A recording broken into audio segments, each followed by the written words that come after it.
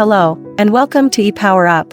Did you know that the function of solar cells is to convert sunlight energy into electricity?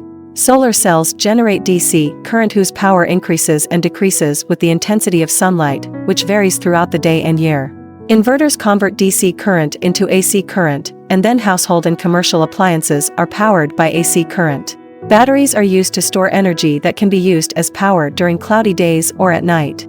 Selenium solar cell was introduced in the 1880s, followed by the first silicon solar cell in 1954, and the first satellite with solar panels was launched in 1957. By the 1970s, solar energy was being harnessed on satellites, and installations of photovoltaic systems increased rapidly between 1970 and 1983. The energy crisis of 1979 led to a restructuring of energy policies around the world and brought new attention to the development of solar technology.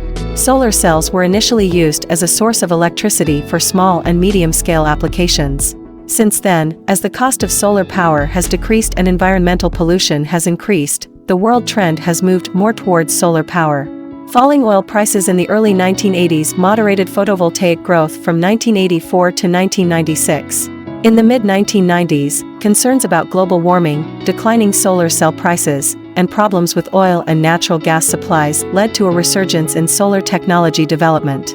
After 2000, the annual production of solar cell manufacturing companies increased, and almost every country is now generating electricity from solar cells.